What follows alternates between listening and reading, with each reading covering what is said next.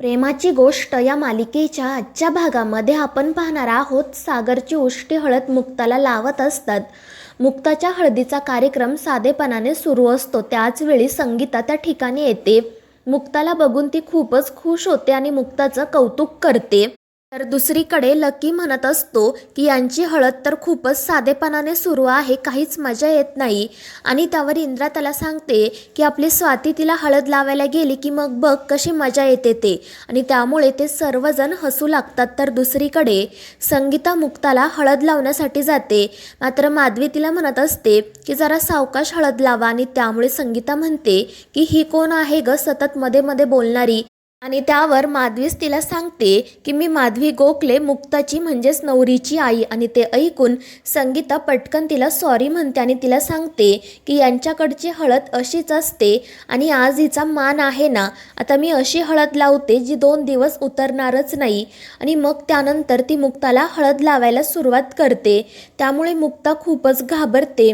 तर इतरही सर्वजण आश्चर्यानेच संगीताकडे बघत असतात. आणि त्यानंतर संगीता स्वाती मुक्ताला भरपूर हळद लावतात. त्यामुळे कोळी फॅमिली हसत असते. मुक्ता मात्र पूर्णपणे घाबरून गेलेली असते आणि त्यातच तिचं लक्ष सागरकडे जातं. सागरही मुक्ताची अवस्था बघून हसत असतो आणि त्यामुळे मुक्ता अजूनच चिडते. तर माधवी मध्ये पडत संगीताला म्हणते की आता बास झालं, एवढी हळद लावू नका. ही हळद 2 दिवस काय तर 2 आठवडेसुद्धा उतरणार नाही.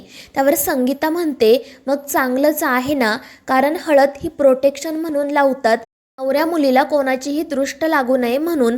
आणि तुमची मुलगी तर खरंच खूप गोड आहे. आणि मग त्यानंतर ती माधवीला सांगते की तुम्ही या पोरीला तीट लावा, नाही तर माझीच नजर लागायची तिला.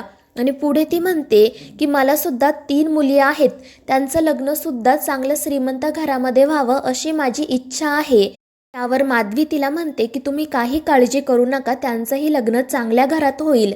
आणि मग संगीताने सांगितल्याप्रमाणे ती मुक्ताला काजळ लावते आणि मग त्यानंतर संगीतासुद्धा मुक्ताची दृष्ट काढते. त्यानंतर संगीता माधवीला सांगते की तुम्ही काही काळजी करू नका, तुमची मुलगी खूप चांगल्या घरात पडली आहे. ही माणसं खरंच खूप चांगली आहेत, ती तुमच्या मुलीची मनापासून काळजी घेतील. तुम्हाला काळजी करण्याची खरंच काहीच गरज नाही. आणि संगीताचं ते बोलणं ऐकून माधवीला खूप बरं वाटतं. ती म्हणते की तुमचं हे बोलणं ऐकून माझ्या मनावरचं ओझंच हलकं झालं. आणि त्यानंतर ती संगीताला मिठी मारते.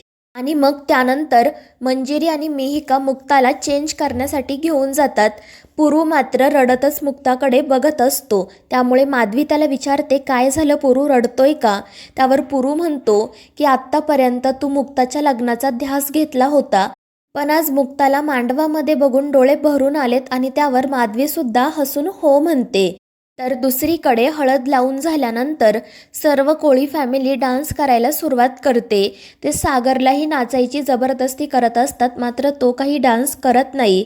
मात्र इतर सगळ्यांचा डान्स बघून इकडे गोखले फॅमिलीला मात्र शॉक बसतो. इंद्रा आणि संगीता तर खूप नाचत असतात आणि त्यानंतर त्या माधवीजवळ जातात आणि तिच्याही गालाला हळद लावतात. त्यामुळे माधवीसुद्धा त्यांना हळद लावायला सुरुवात करते आणि मग त्या तिघीही थोडा वेळ नाचतात. त्यानंतर इतर सर्वजण पुढच्या विधीसाठी जातात. इंद्रा आणि संगीता मात्र अजूनही नाचतच असतात. आणि त्यानंतर संगीता तिला सांगते की चल आता निघते मी, माझ्या 3ही पोरी घरी एकट्याच आहेत, मला लवकर घरी जायला हवं. तर इंद्रा म्हणते ठीक आहे, आता मी सुद्धा तुझ्या पोरींच्या लग्नासाठी फक्त 2 मिनिटच येणार. मात्र संगीता तिला सांगते की असं अजिबात चालणार नाही, माझ्या पोरींच्या लग्नासाठी तुला तर 2 दिवस आधी यावं लागेल. आणि मग त्यानंतर ती इंद्राचा निरोप घेते आणि तेथून जाते. तर दुसरीकडे कोमल नारळाचं दूध घेऊन आलेली असते. सागरला त्या नारळाच्या दुधाने आंघोळ घालायची असते. मात्र जेव्हा हे सागरला समजतं तेव्हा तो घाबरतो आणि पटकन तेथून जाण्यासाठी निघतो. मात्र इंद्रा बापू त्याला थांबवतात आणि मग ते थोड्याशा नारळाच्या दुधाने त्याला आंघोळ घालतात. त्यानंतर बापू सगळ्यांना सांगतात की चला आता तुम्ही लवकर तयार होऊन या, कारण आपला दादूस येणार आहे. आणि दादूसचं नाव ऐकून सर्वजण खूपच खुश होतात. तर दुसरीकडे सावनी गाडी उघडण्यासाठी मेकॅनिकला कॉल करत असते, मात्र कोणीही तिचा कॉल रिसीव करत नाही. आणि जो एक मेकॅनिक तिला सापडतो तो खूप जास्त पैसे मागत असतो. त्यामुळे सावनी खूप वैतागते. तर हर्षवर्धन हसतच तिला म्हणत असतो की प्रत्येक ठिकाणी सौंदर्य उपयोगी पडत नाही, कधी कधी डोक्याचाही वापर करावा लागतो. आणि ते ऐकून सावनी अजून चिडते. ती म्हणते की हर्षवर्धन हे काय चाललंय तुझं, तिकडे त्या गाडीत इतका महागडा नेकलेस आहे, जर त्याला काही झालं तर आपण काय करायचं. आणि त्यावर हर्षवर्धन म्हणतो की त्या महागड्या नेकलेसपेक्षाही एक महत्त्वाची गोष्ट तू विसरतेस, तुझ्या मुलीची कस्टडी. त्यावरचा तुझा फोकस हलवू देऊ नको. तुझ्या मुलीचं जिच्यावर प्रेम आहे तिला जर आपल्या बाजूने करायचं असेल तर तो महागडा नेकलेस उपयोगी पडणार आहे. आणि त्यावर सावनीसुद्धा हो म्हणते. आणि मग ती हर्षवर्धनला सांगते की तू काळजी करू नको, आज मी तो नेकलेस मुक्ताला देऊनच परत येईल. आणि त्यानंतर ती तेथून जाण्यासाठी निघते. मात्र हर्षवर्धन तिला थांबवतो आणि सांगतो की हे बघ, पेपरमध्ये काय बातमी छापून आली आहे. त्यामुळे सावनी पेपर बघते तर त्यामध्ये सागरविषयी बातमी छापलेली असते. त्यात लिहिलेलं असतं की उद्योगपती सागर कोळी यांच्या विवाहाची घोषणा. मात्र होणाऱ्या पत्नीचं नाव गुलदस्त्यात. आणि ती बातमी ऐकून सावनी काळजीत पडते. ती हर्षवर्धनला विचारते की नक्की कोणासोबत लग्न करणार असेल हा. मात्र हर्षवर्धन तिला सांगतो की तू तुझा फोकस हलवू नको, आपल्याला मुक्तावर कॉन्सन्ट्रेशन करायचं आहे. आणि त्यावर सावनी हो म्हणते आणि तेथून निघून जाते. इकडे हर्षवर्धन मात्र सागर नक्की कोणाशी लग्न करणार असेल याचाच विचार करत असतो. तर दुसरीकडे सागर आणि मुक्ताच्या हळदीसाठी दादूस आलेला असतो. आणि तो आल्यानंतर सर्वजण खूप खुश होतात.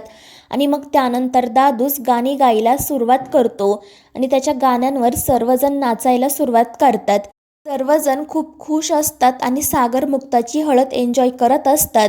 मिहीर आणि लकी तर सागरला उचलून घेतात. आणि त्यानंतर दादूचंही मुक्ताचा हात पकडून तिला पुढे घेऊन येतो. आणि मग मुक्तासुद्धा सगळ्यांसोबत डान्स करते. मात्र दुसरीकडे लकी आणि स्वाती किचनमध्ये जातात. लकी म्हणत असतो की ताई बघ ना, या हळदीला काही मजाच येत नाही आहे. तर स्वाती म्हणते हो ना, कोळ्यांची हळद आहे असं वाटतच नाही. आणि मग त्यानंतर ते दोघेजण एका ज्यूसमध्ये दारू मिक्स करतात आणि एनर्जी ड्रिंक म्हणून सगळ्या पाहुण्यांना देतात. आणि सगळ्यात आधी तर ते माधवी आणि विद्याला देतात. आणि ते ड्रिंक पिऊन माधवीला चक्कर येऊ लागते. त्यामुळे पुरू पटकन तिच्या जवळ जातो आणि त्याच्याकडे असणारा ज्यूसही तिलाच देतो.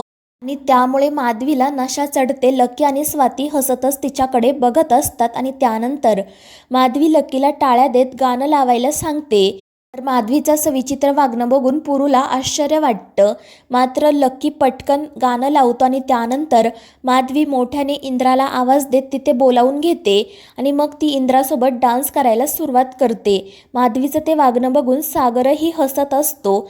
आणि त्यानंतर जेव्हा गाणं बंद होतं तेव्हा माधवी स्वतःच गात नाचत राहते. आणि ते बघून सगळ्यांनाच धक्का बसतो. तर दुसरीकडे विद्याची अवस्थासुद्धा ठीक नसते. त्याचवेळी मुक्ता, मिहिका, मंजिरी, मयुरेश त्या ठिकाणी येतात. आणि हा सगळा प्रकार बघून त्यांना धक्का बसतो. त्या माधवीला आणि विद्याला थांबवण्याचा प्रयत्न करतात. त्याचवेळी मयुरेशला समजतं की त्या ज्यूसमध्ये कोणीतरी दारू मिक्स केली आहे. आणि तो ही गोष्ट मुक्ताला सांगतो. त्यामुळे मुक्ता खूप चिडते. मात्र सागर म्हणत असतो की त्यांच्यावर कोणीही जबरदस्ती केली नव्हती. आणि त्यामुळे मुक्ता अजून चिडते. आणि मग ते सर्वजण माधवी आणि विद्याला घेऊन तेथून निघून जातात. तर बापू सगळ्यांना हा नक्की काय प्रकार आहे असं विचारत असतात. पण कोणीही त्यांच्या प्रश्नाचं उत्तर देत नाही आणि पटकन तेथून निघून जातात. तर इंद्रासुद्धा तो ज्यूस पिलेली असते. तिलाही नीट उभं राहता येत नाही. आणि त्यानंतर ती खाली घराजवळ येते. बापू तिला सांगतात की तू इथेच थांब, मी चावी घेऊन येतो. परंतु त्याच वेळी सावनी त्या ठिकाणी येते. नेमकं इंद्रा तिला बघते आणि तिला विचारते काय गं चांदणे, तू इथे काय करतेय? सागर कोणाशी लग्न करतोय हे बघण्यासाठीच इथे आली आहे ना? आणि ते ऐकून सावनीला धक्का बसतो. तर मित्रांनो, या मालिकेच्या पुढील भागांमध्ये आपण पाहणार आहोत इंद्रा सावनीला काही सांगणार इतक्यात बापू तिथे येतात आणि इंद्राला घेऊन जातात.